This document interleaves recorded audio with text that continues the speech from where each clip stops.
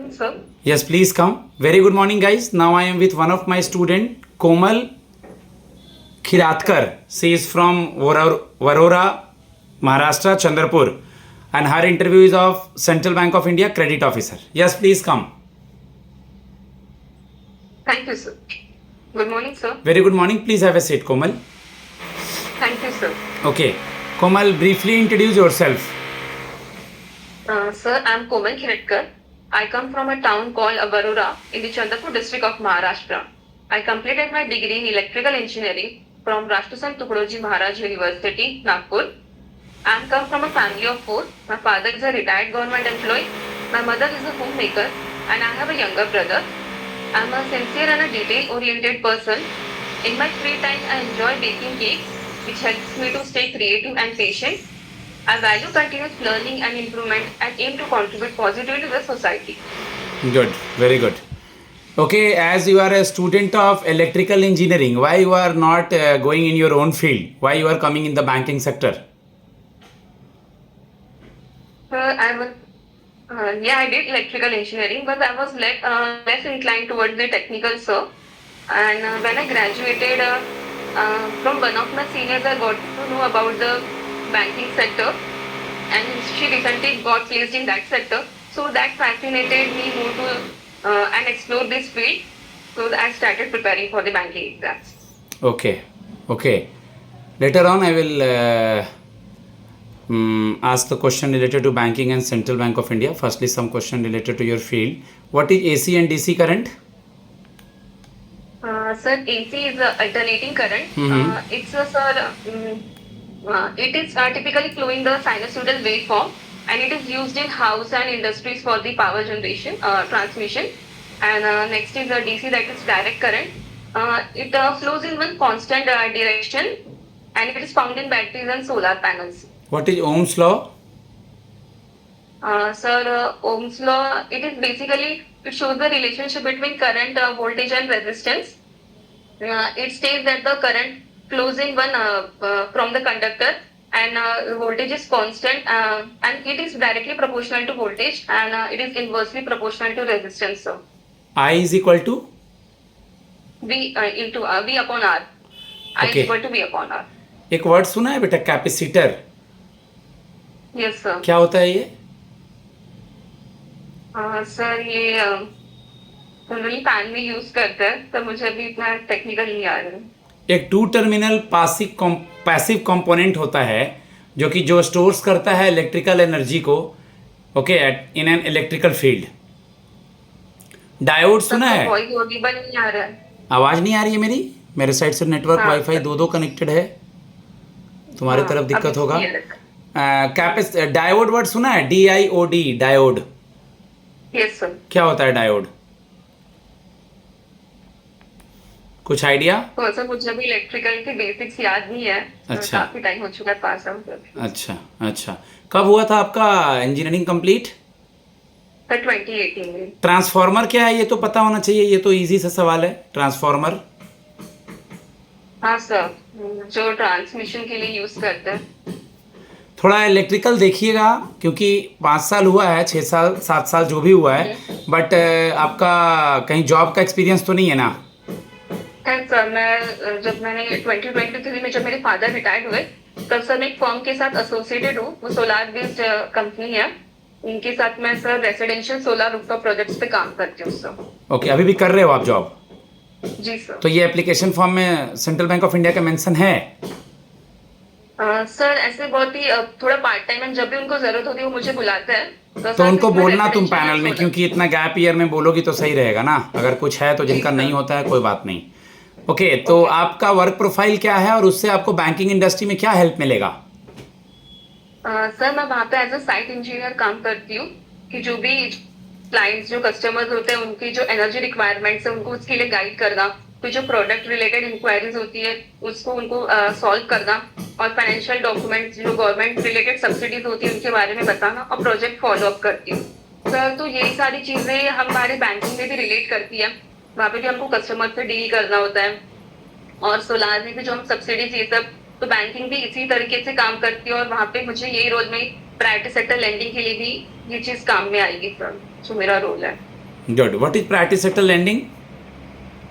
Sir, priority sector lending is an initiative which was introduced by Reserve Bank of India that mandates bank to give a specific portion of their lending to different sectors of the economy, such as housing, renewable Okay, you heard energy, about export. ANBC, Adjusted Net Bank Credit, क्योंकि इसका कुछ relation है priority sector lending से. हाँ sir, जो commercial bank थे उनको अपना 40% of the adjusted net bank credit देना होता है प्राइवेट सेक्टर लेंडिंग के लिए, एंड जो आरआरबीज होते हैं उनको 75% देना होता है, एंड स्मॉल फाइनेंस बैंक को 60% ऑफ देना होता है sir private sector lending. Okay, tell me something about Central Bank of India. Sir, Central Bank of India is one of the oldest and the largest public sector banks in the country. It was established in 1911 by Sir Surabji Pochkinwala, and it is the first Indian commercial bank which was wholly owned and managed by Indians. It has its headquarters in Mumbai and shares a wide range of networks of ATMs and branches across the country. And it is the first bank to launch credit cards in 1980, and it is driven by the motto "Central to you since 1911." Good, very good. Suppose if we will posted you anywhere in northern zone or anywhere in south, then how will you manage? After some time you get married, you have an in-laws, husband, job profile also. Sir, if I get posted in some other state, sir, I'm flexible and open to new environment, and I will find this as a great opportunity to learn about different peoples and their cultures. And if there and language will be a barrier, so I will try to take an effort to learn those language or at least the basic phrases through which I can communicate with them. And if I get married, sir, so I think this thing can be managed with the help of mutual understanding and cooperation. As I have given many years in preparation, so my future in-laws will be also understanding that how much I'm dedicated towards this work. And if my husband So is they will support me. if my husband is posted anywhere in India, I will stay, means I will take care of my in-laws. मतलब थोड़ा अच्छे से बोलना है. Okay. Okay. If RBI increases repo rate or decreases repo rate, then what happen? Sir जब increase होता है decrease होता है तो सर वो हमारी जब तो सिंपली एक लाइन में, को- इतना कंफ्यूज नहीं होना है. सिंपली एक लाइन में बोलना है. जब इंक्रीज होगा तो मार्केट से लिक्विडिटी एब्जॉर्ब करेंगे, रेट ऑफ इंटरेस्ट बढ़ जाएगा. जब डिक्रीज होगा तो पैसा डालेंगे, रेट ऑफ इंटरेस्ट घट जाएगा. आरबीआई बैंकों को सस्ते दर पर देगी, बैंक कस्टमर को देगी. सिंपल. ओके, हॉबी क्या है आपकी? आई लव जो कुकिंग में इंटरेस्ट हो, स्पेशली मैं बेक केक्स बनाती हूँ सर. केक्स बनाते. एसेंस क्या होता है? सर एसेंस जो डिफरेंट टाइप्स के होते हैं, जैसे कि अगर आप जो डिफरेंट तरह की आप जैसे चॉकलेट बना रहे हो तो उसमें होता है और vanilla कुकिंग अलग में होता है, आप strawberry वेजिटेरियन अलग होता है. हैं? वेजिटेरियन कुक करती हैं, नॉन वेज? सर हम वेजिटेरियन है और मैं वही केक्स बेक करती हूँ. ओके. वीगन किसे कहते हैं? सर वेगन जो भी प्लांट बेस्ड होता है उसे ही कहते हैं वेगन. इसमें कोई भी sir animal related dairy products ये सब हम नहीं यूज करते सर. पनीर वगैरह कुछ नहीं खाते? नहीं, जो भी डेयरी रिलेटेड प्रोडक्ट्स होते हैं जिसमें हम एनिमल्स के थ्रू होता है वो नहीं लेते हैं सर. इधर महाराष्ट्र में 3 लैंग्वेज पॉलिसी न्यूज़ में है, कुछ आइडिया है? हाँ सर, महाराष्ट्र प्रमोट करता है सर 3 लैंग्वेज पॉलिसी को to promote language diversity and national integration. तो जो फर्स्ट लैंग्वेज है वो रीजनल लैंग्वेज जो कि महाराष्ट्र में मराठी है जो most of the government schools में. And second is sir Hindi जो कि हमें अक्रॉस अदर स्टेट्स में कम्युनिकेट करने के लिए है. एंड थर्ड इज इंग्लिश जो हमें एजुकेशन और इंटरनेशनल लेवल पे. सो सर ये 3 लैंग्वेज पॉलिसी की वजह से हम तीनों इसमें फ्लुएंट हो जाते हैं. गुड. इसलिए सर ये प्रमोट. सुकन्या समृद्धि स्कीम क्या होता है? क्या सर? सुकन्या समृद्धि स्कीम. हाँ, सुकन्या समृद्धि स्कीम सर ये गर्ल चाइल्ड के लिए स्कीम है sir below 10 years of age. And इसमें आपको मिनिमम डिपॉजिट 250 रुपीज पे करना होता है ताकि उसकी जो इवन एजुकेशन और जो मैरिज रिलेटेड एक्सपेंसेस है वो आप उससे बियर कर सकते. Okay. Okay. Who is the RBI governor right now? हाँ sir, Shri Sanjay Malhotra sir. Current affairs पढ़ती हैं अभी? आजकल का कोई न्यूज़ याद है आपको? हाँ सर, आज के फ्रंट पेज पे था सर जो चाइना के जो एम्बेसडर है उन्होंने बोला है कि जो कैलाश मानसरोवर यात्रा है उसके लिए सर वो लोग इफेक्टिवली कम्युनिकेट करना चाहते हैं कि अगर वो होता है तो बहुत अच्छा होगा दोनों कंट्रीज के लिए, एंड इसके लिए हम जल्दी फ्लाइट्स भी लॉन्च करने का सर वो सोच रहे हैं। क्या नाम है उनका? नाम ध्यान नहीं है, थोड़ा बहुत चाइनीज़ नाम है नाम ना। नहीं याद है। कोई बात नहीं। पापा क्या करते हैं? तो मेरे पापा अभी रिटायर हो चुके हैं सर, 2 साल पहले। वो WCL जो यहाँ पे कंपनी है कोल रिलेटेड, वेस्टर्न कोलफील्ड लिमिटेड, उसमें थे sir.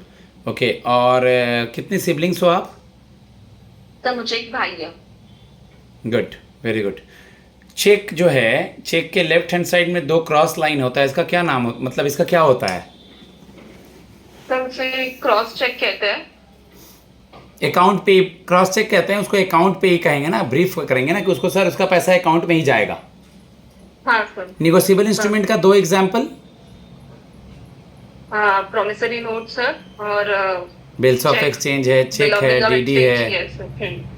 Okay okay. CIBIL score, good CIBIL score कितना होता है? सर सिबिल स्कोर ही 3 डिजिट स्कोर होता है, एंड सर गुड स्कोर ये हम जनरली 750 के ऊपर कंसिडर करते हैं। सेंट्रल बैंक क्रेडिट ऑफिसर का वर्क प्रोफाइल क्या होता है बेटा? सर जो क्रेडिट ऑफिसर का रोल ये काफी क्रूशियल होता है इन एंश्योरिंग कि जो बैंक्स लेंड करती मनी वो बहुत प्रॉफिटेबली एंड रीजनेबली हो।